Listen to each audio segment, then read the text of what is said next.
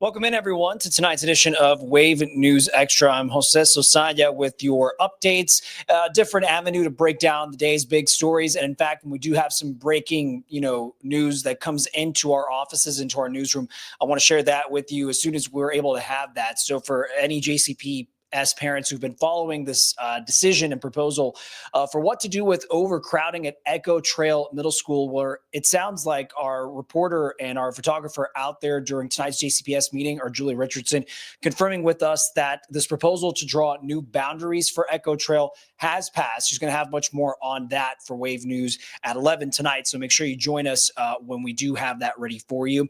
But again, a bit of the background here being JCPS coming into tonight, discussing this boundary change, saying that Echo Trail was at 117% capacity, and considering where they would redraw this to then pull some of those students or see where they could move students to a school like Crosby Middle School, where they purport that it's only at 75% capacity. Change would reassign future students there. So it's not, moving kids from their current school for this school year. This would happen for the 26-27 calendar. And so if you're wondering geographically where this applies, students who live north of I-64, west of Valhalla Golf Club would go to Crosby starting next school year. That was the proposal coming in. Now, if anything was different based on the debate, the vote, the discussion tonight, our Julie Richardson, again, will walk us through the particulars of this JCPS decision. So that's the breaking news I wanted to share with you as you're joining us on the Wave Now app and streaming with us live on Facebook, YouTube, and Twitch, trying to see if we can reconnect our X audience at some point down this later in this evening. And now to more stories of the day that our team has been working hard on. It's been 2 weeks. If you can believe it, it's been 2 weeks since UPS flight 2976 crashed almost immediately after taking off. Investigation still moving forward, but recovery is still a challenge, and questions linger about when businesses are going to reopen, employees able to return to their jobs, many waiting for that ability to earn their paychecks again. And it was also announced today that the NTSB has released its custody of the crash site itself. So for more on those updates, we're turning to this new report from Wave News reporter David Mattingly. 2 weeks after the UPS crash that killed 14 people, demolished buildings, and disrupted lives and businesses, cleanup and repairs continue slowly. While the NTSB has released the site, that doesn't mean that they've released the evidence. And every piece of that aircraft has to be found, collected, and packaged and taken away properly by the contractor that's on site doing that. And removing the aircraft is only one challenge. Restoring utilities to some customers depends on the replacement of a damaged gas pipeline on Grade Lane. This is the pipeline that also delivers gas to the neighboring streets. We anticipate work along Grade Lane may take several weeks. According to LG&E, 90 customers remain without electricity, 94 are without gas. Waterways continue to be monitored. MSD reports collecting 880,000 gallons of oily runoff. We're going to continue the analysis and the assessment and the cleanup of the waterways, and it's probably going to be something that will run well into 2026. In the meantime, the UPS fleet of MD-11 aircraft remains grounded. The reason for how Flight 2976 lost an engine and caught fire on takeoff is not clear. And for the first time since the crash, we hear from the president of UPS Airlines, who says the search for a root cause continues. And once we determine that, then they'll be able to develop an inspection plan, figure out, can we go out, can we inspect it? If so, how do we repair it? How do we put it back together? And then eventually return the fleet to service. But that's not going to happen quickly. There's a David Mattingly with that update. For now, access to businesses impacted at the crash site, it's still restricted. Business owners are being escorted and can only do this twice a week, according to officials. That's expected to change, though, when the gas pipeline is replaced and Grade Lane itself is actually reopened. Now, an update for resources available for any victims and the degree to which you've been impacted by Flight 2976 crash. It does not matter, but here's some information for you all to share. You can submit a claim for any damages that were done to you caused by the crash. McLaren's, this is a firm, a company handling those claims on behalf of UPS. You could submit a claim by emailing that address on your screen, and I'll read it out loud. So it's UPS, the number's 2976 @mclarens.com. Now, you will need to include personal information, a description of the damage that you suffered. Once the claim is submitted, McLaren says it's going to review it. You should still contact your own insurance company about coverage and compensation. And some more resource information to share with you. You can call for emotional support and find mental health services if you need them. That number, the 1-833-327-2386, is available. You can also visit the Community Resource Center at the Office Park nearby where UPS Worldport is. Services may vary based on your specific needs, and you will still need to schedule an appointment to receive some of those services. Related to the crash, new tonight that we're able to confirm, there's going to be more aid for those small businesses who have been damaged and hurt by the deadly crash. Governor Beshear confirming that the U.S. Small Business Administration, the SBA, has approved his request for some disaster loans. Metro Emergency Management Services identified 57 businesses in the immediate crash area who all suffered damage ranging from total destruction to significant contamination. Eligible businesses apparently can apply now, and they'll have a window to do so until August 17th of 2026. Coming back here in the studio, the city says they're tracking a drop in vandalism and robberies and thefts at city parks, and they are giving the credit to the new Park Ranger program. That is where they say this is helping a lot of the problems. The program was created to help solve crimes and protect park property, apparently already showing results. There was some photos, actually one of them shared with you. It showed some damage done at Eva Bandman Park last month. Now that damage cost around $3,000. You could see the sort of tire shredding that was done. The city letting us know it was a child driver was cited for criminal mischief in this case. And then there was some damage done at Fern Creek Park. Metro Parks says another driver was caught. So this is the one at Fern Creek Park doing burnouts, damaging the grounds. That caused $5,000 of damage. A suspect in this case was identified. I believe, I'm trying to see if I can find you. There it is. So this is the respective damage for Fern Creek Park. Suspect in this case was ID'd. They were ultimately arrested. A reminder, if you ever see or notice anything suspicious, it's not an emergency though. You can call 311, not 911, but you can call 311 to let someone know what's going on. The city is looking for people, applicants, if they want to become a ranger. That information is part of our story, should you be interested, and we do have that up on wave3.com. Expanding to other parts of the Commonwealth, Toyota says it's investing more than $200 million in its plant in Georgetown. This investment is going to add 82 jobs, installing a new machining line for hybrid engines. Toyota recently announced plans to invest up to $10 billion across the U.S. over the next 5 years. Toyota Kentucky says it is the company's largest plant on a global level, with nearly 10,000 workers on site and involved. As for the new machine line for hybrid engines, that should go online sometime in the year 2027. So not too far away, but still some time to go before then. Well, right now I want to share with you a bit of a conversation our Wave News anchor Dawn G had earlier with the conductor of the Louisville Orchestra for a free concert they're putting together this Thursday as a tribute to the community to heal together through the power of music after the Flight 2976 crash. And so Dawn had Teddy Abrams in studio not too long ago, and I want to share with you their conversation about the meaning and the importance of preparing for a concert and offering it to the Metro community so suddenly, but doing this as a sign of healing.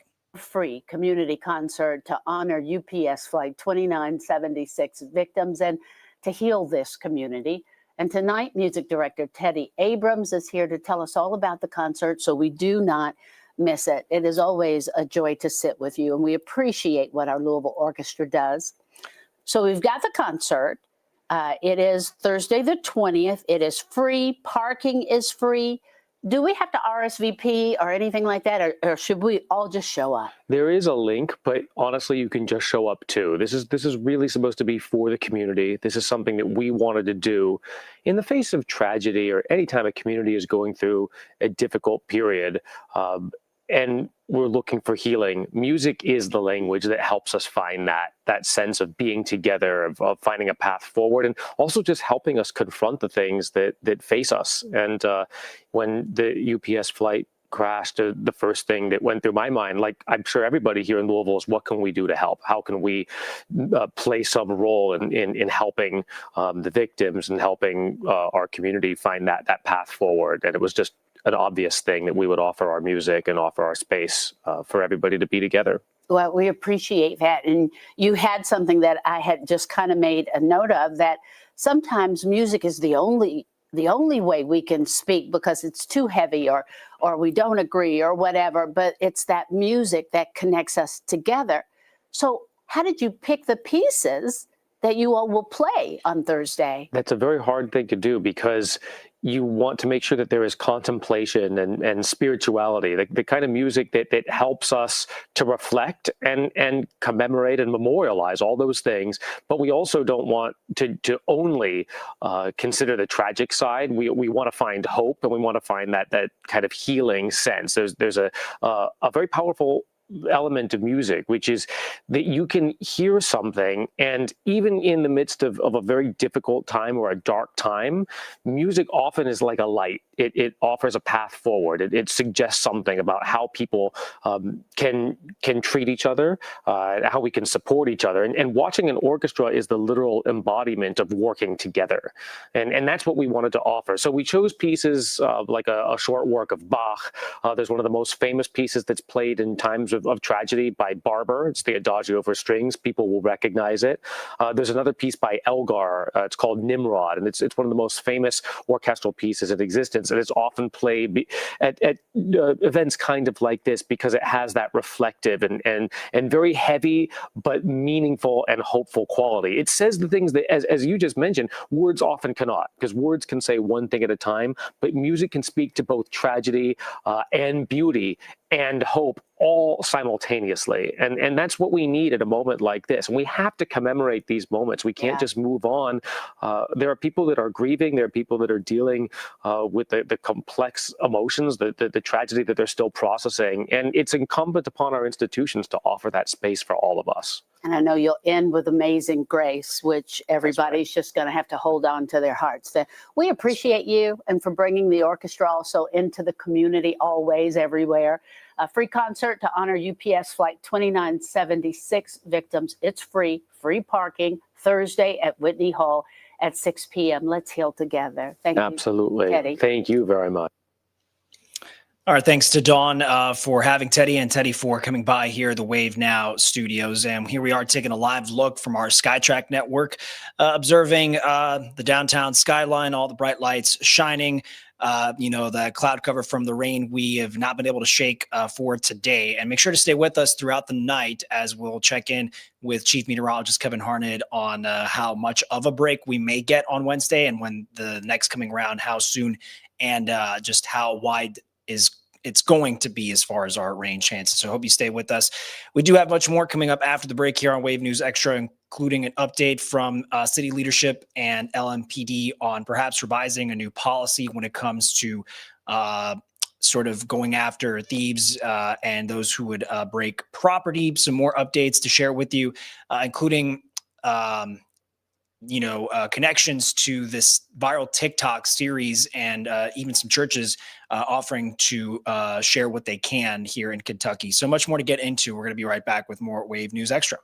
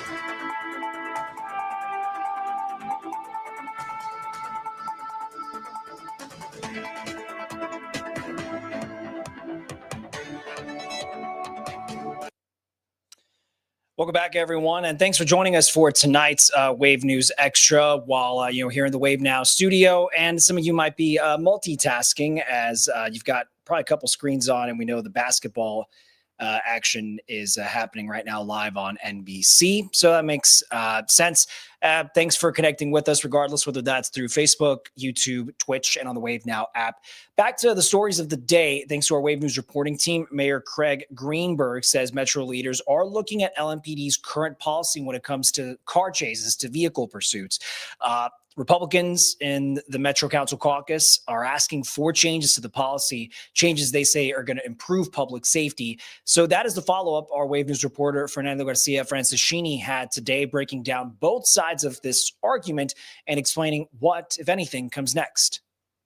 Mayor Greenberg says he's been having conversations with LMPD Chief Paul Humphrey about evaluating the department's current vehicle pursuit policy.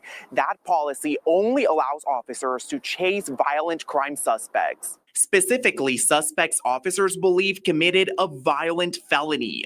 Republicans in Metro Council say they want that policy changed after a rise in car break-ins. They say allowing LMPD officers to chase after people who break into cars and properties would deter people from committing these crimes in the first place. Mayor Greenberg says he hears those concerns, but he says the current policy was put into place with the safety of the entire community in mind. LMPD agrees with the mayor. In a statement to Wave News, a spokesperson with the department says vehicle pursuits are among the most dangerous activities that can happen in law enforcement. We're also looking for ways that new technology can help prevent the exact sort of crimes that you're talking about.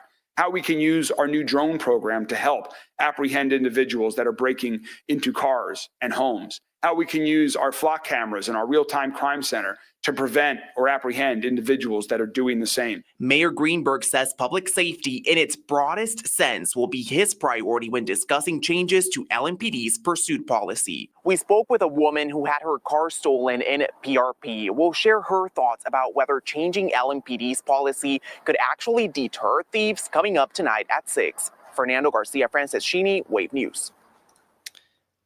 So for that, just that reference, since Fernando did leave us that report, I would encourage you to follow up on that full report. That was something else to build on that earlier afternoon report. It is up on wave3.com. Nonetheless, just to make sure that you can go access that and make sure you're reading all that good information. Let's keep yourself informed on that as well.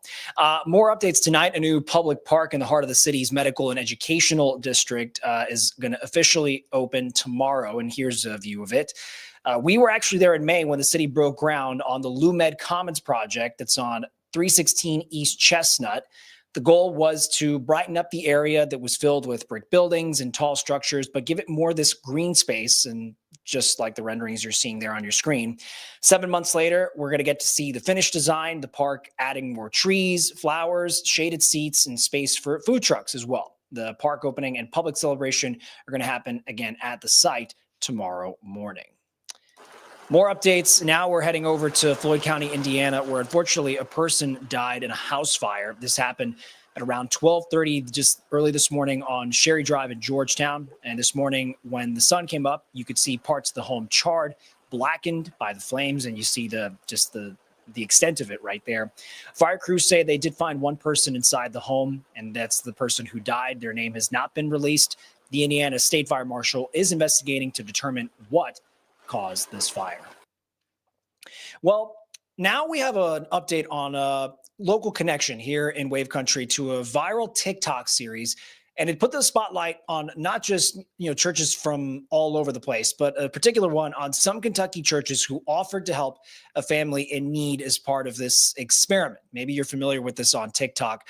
She's based here in the Commonwealth, TikToker Nikaylee Monroe. She revealed a few congregations who took up her request for baby formula. One of them is in our backyard here, Jeffersontown, and they've not only been getting praise, but some more donations and shout outs to help with their overall mission. Senior Assistant Victoria Culberson at First Baptist Church, Jeffersontown, happened to be in the right place to take that fateful phone call last Wednesday. Culberson offered to meet Monroe, who was on the other line of the phone, though she hadn't disclosed who she was just yet. But Culberson offered to meet her at a police or fire station that was right by the church. Victoria says the caller soon revealed the real reason she was on the line. And Culberson admits she doesn't have TikTok herself, but the video, its reach spilled over to her friends and to her Facebook feed.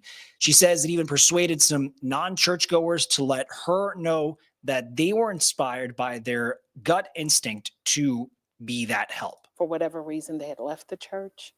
But they said listening to that TikTok video has encouraged them, which, even in saying it makes me want to cry because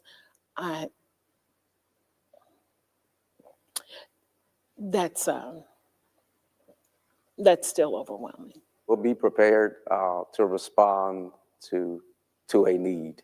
And if we can't directly respond, there's always something to be a conduit of love to those who stand in need. Senior Pastor Brandel Morrow. Church leaders also praise their own network, who they know in moments where they don't have supplies stocked can roll out to get groceries in a matter of hours.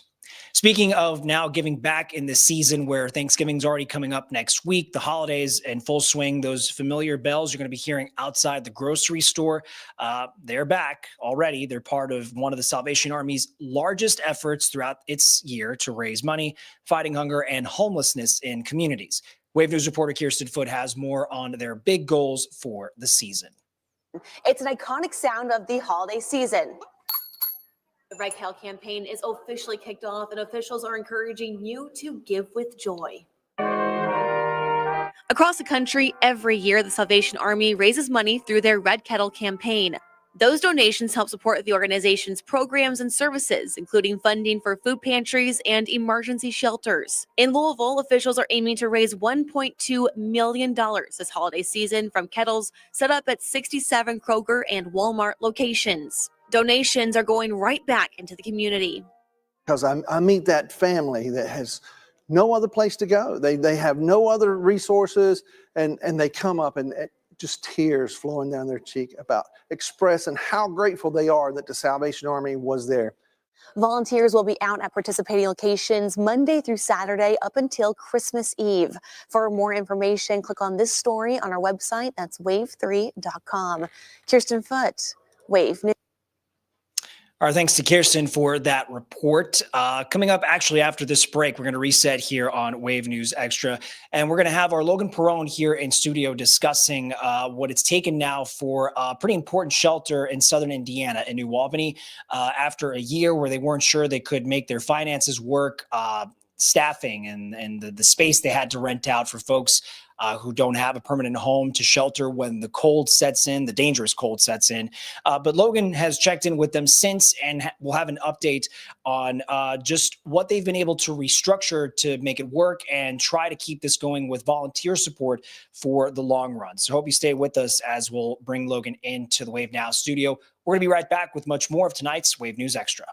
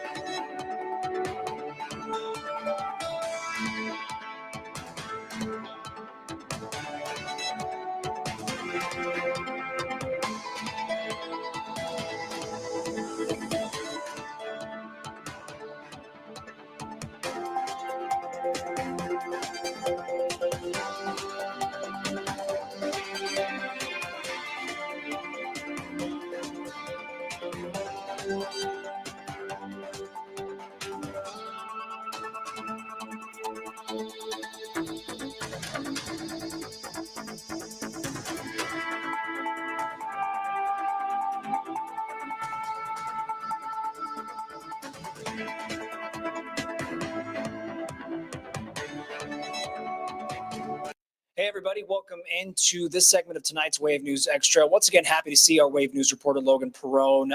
Not to necessarily pigeonhole Logan in, the breadth of the stories he does cover, but Logan has his connections, his stake in Southern Indiana, and that's where his reporting brought him today. And Logan, you kind of gave us this next chapter in a story that we kind of started looking into last year, and it boils down to this white flag shelter in New Albany, and it's really a one of its kind, at least regionally, shelter for folks in certain, very precarious conditions. But, while we have people sort of looking to them for that immediate shelter and comfort, they themselves have been dealing with some financial struggles, just the ability to maintain the mission that they do.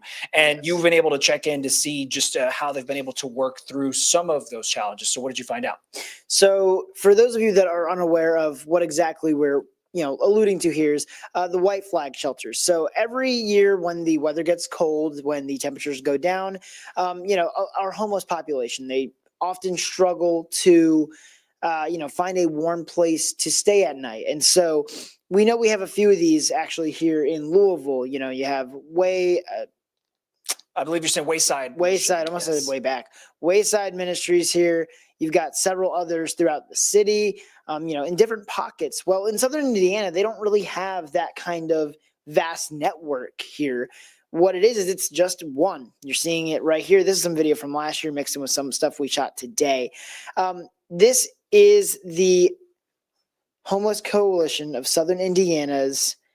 It's at the church on Grant Line Road up there. It's Culbertson Baptist. They've been running it out of there for a few years. Mm-hmm.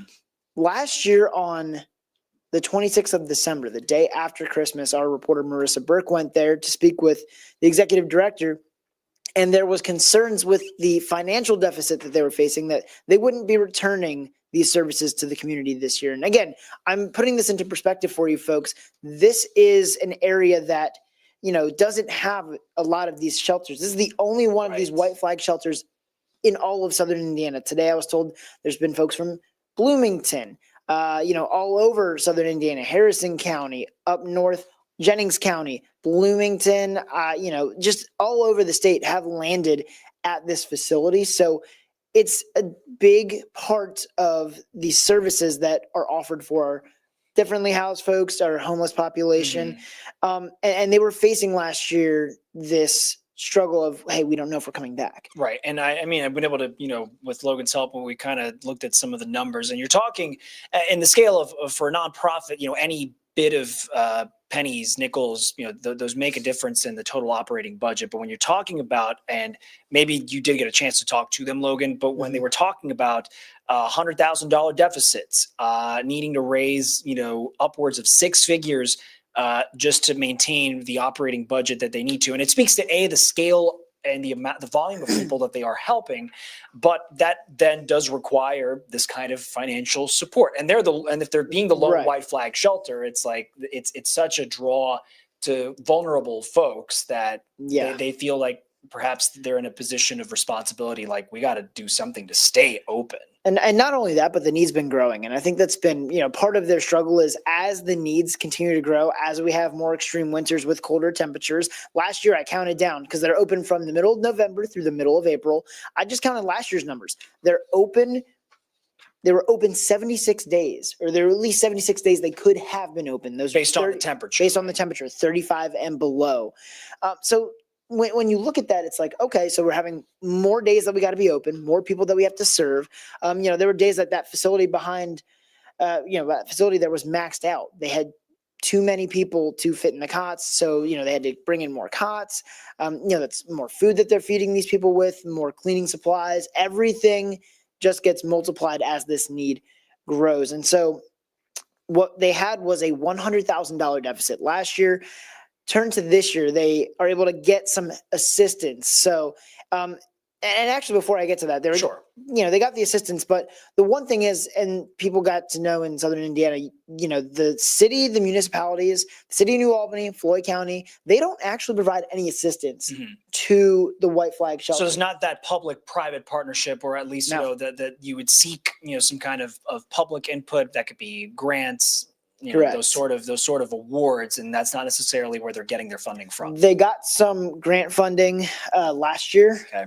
but this year it was, hey, we know that we're not going to be getting any funding from the city of New Albany, Floyd County, any of the other counties they serve. They were solely on their own. And so what they had said was, and I have it here, $175,000 is about what it would take to operate the facility. That includes staffing, that includes food, cleaning supplies, little necessities, things like that. But staffing was the biggest thing here that was causing the budget to be so high.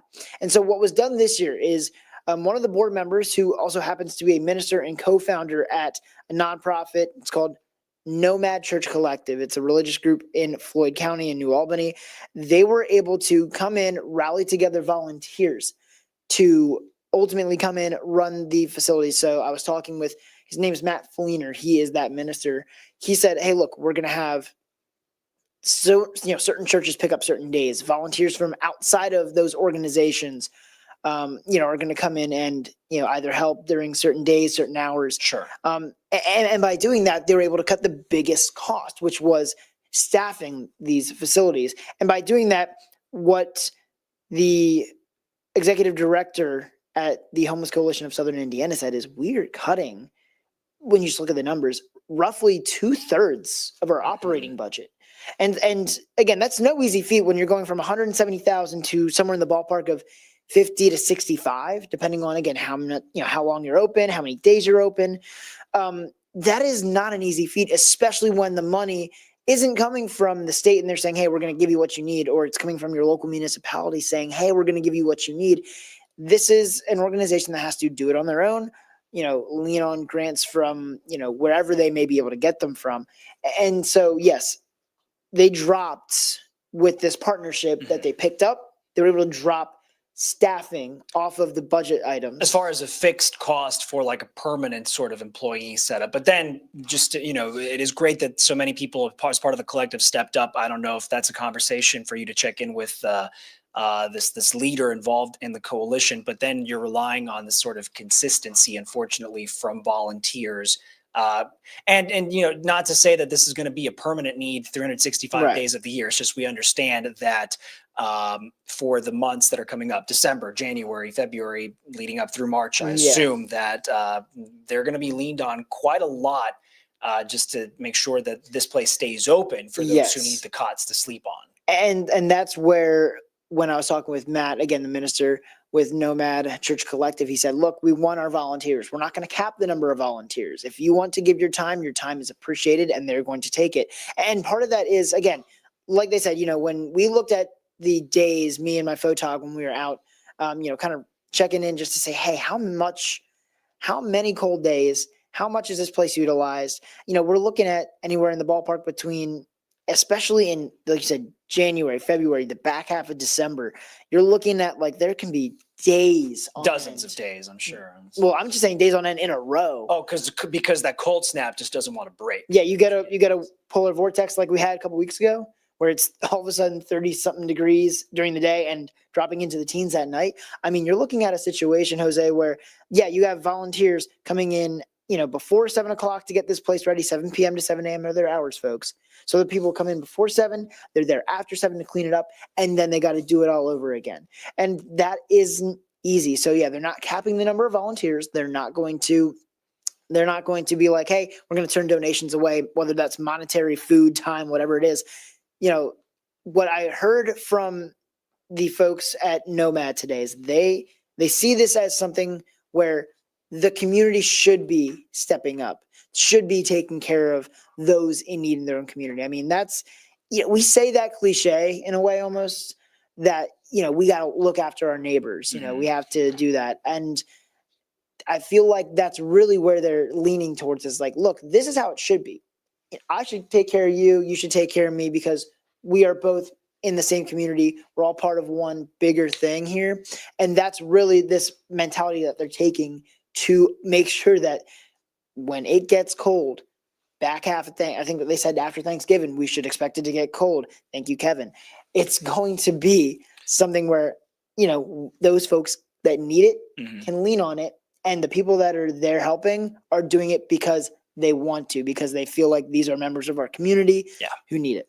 And I have to imagine, Logan, we'll certainly, it's good to know that, a program like this is trying to find a way to find its stable footing. I can only imagine you or, whoever else is part of our team is going to want to check in with a network like this, the coalition from here on out, to say, hopefully, having this in your toolbox is going to keep you afloat, keep you, in a good position to do the work, to feed, to give these folks a bed to sleep on. It's just a matter of we'll have to wait and see once we do get, like you said, into the back half of December and beyond, that the need is going to physically be there. And then for them to gauge, okay, this is 2025 into 2026, and this is who we've had on our volunteer Rolodex, and just to gauge.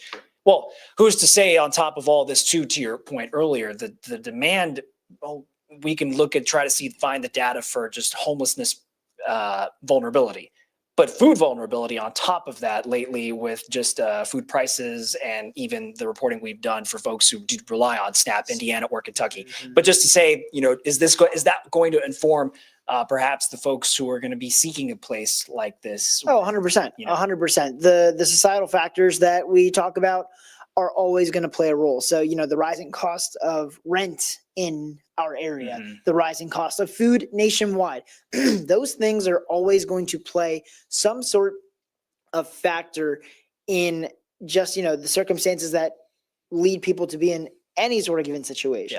Whether that's you're pinching, just a little more pennies at home, or, you lose everything in a certain sense. A medical emergency, job loss. Those are disastrous. I remember talking to someone recently, and they said, "Hey, you never know who's one flat tire away from losing everything." And so, when we see situations like we're in now, and again, it's no bash on how the society is right now, but it's the fact of the matter. Things are more expensive. People are tighter on their budgets. It's just the way that things are right now. I'm not anecdotal, I'm not being anecdotal, I'm not editorializing. That's a fact that we see every single day reporting in our community. And so I think it is important to point out that, yes, having a resource like this, had they not had this, you'd have to think there's an entire half of our community in Southern Indiana that would then be leaning on an already stretched thin Louisville resource, hub of resources. So, and I have to imagine at that point, Logan, talk about just geographically, like you have this ready to go in New Albany, and makes things at least a shorter trek for those who can, if they're forced to walk, they have to. A bus ride, someone to give them a lift. There are TARC rides. There are TARC rides to this location. It's just then that's your point of having to then take on the cost or the burden, and that shouldn't be the end all be all, but just them physically moving them to what could be an already stressed network of shelters on the Kentucky side.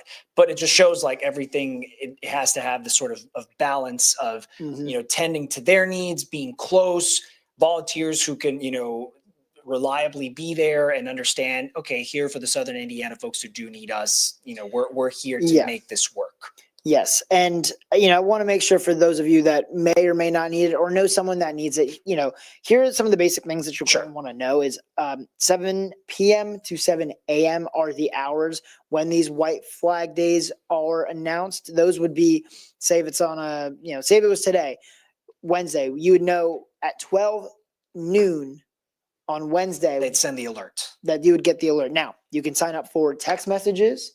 You can go call their hotline. That number is with this story on wave3.com. And then the biggest thing we always, talk about is it's on social media. So there's a Facebook page where they would be announcing, hey, White Flag Day, shelter's going to be open. As far as, if you're going to be there, they do have a pet friendly policy. Shelter does allow pets, but they do have to be in crates. They do have some crates there.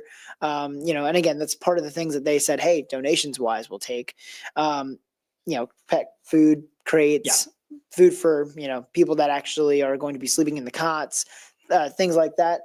So that also adds to it. So there's the donation side of things. I also want to touch on really quick.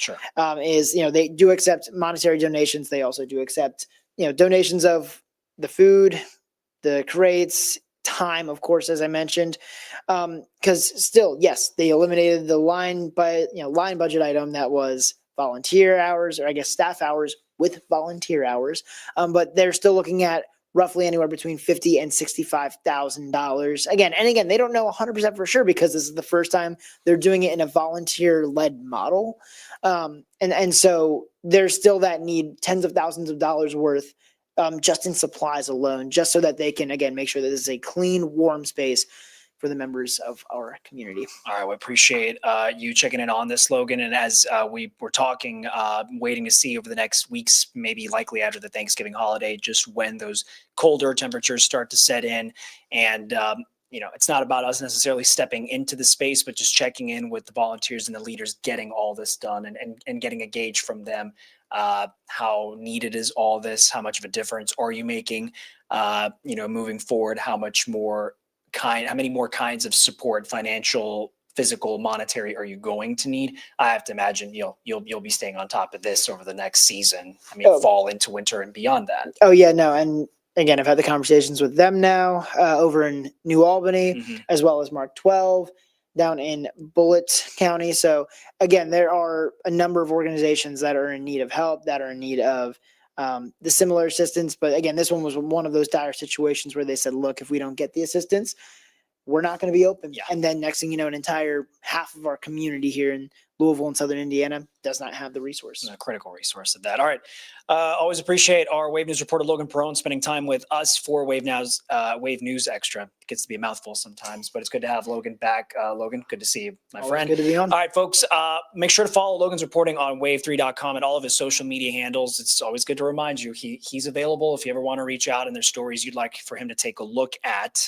Real quick on those handles, Logan. Logan Wave 3 on Facebook, Logan Wave 3 on Twitter. Email is Logan, LOGAN .Perone. That's PERRONE at wave3.com.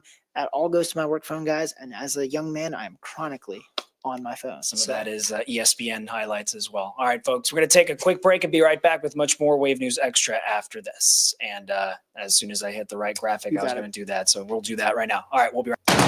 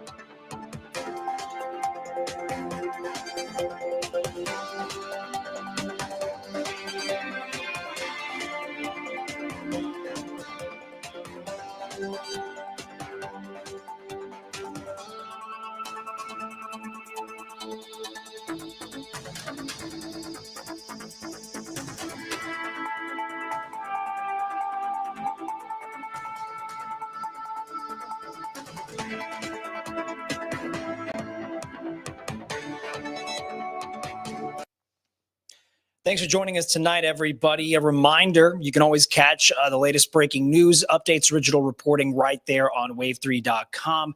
All the work that our digital digital team does to make sure it is updated there at your fingertips. And we also send it straight to your phone. So make sure you adjust those settings for it to get once you download the Wave News app, the Wave Weather app, all great tools to have at your disposal.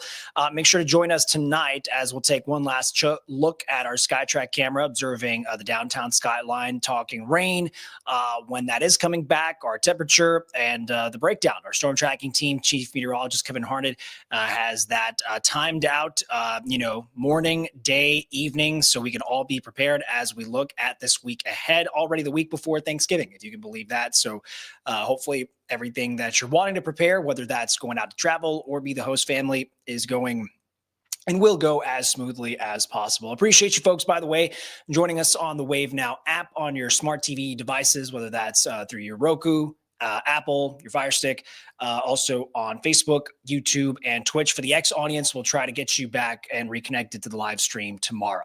But nonetheless, I'm Jose Sosaya here in the Wave Now studio. Appreciate your time. We're going to see you back here tomorrow night at 8:05.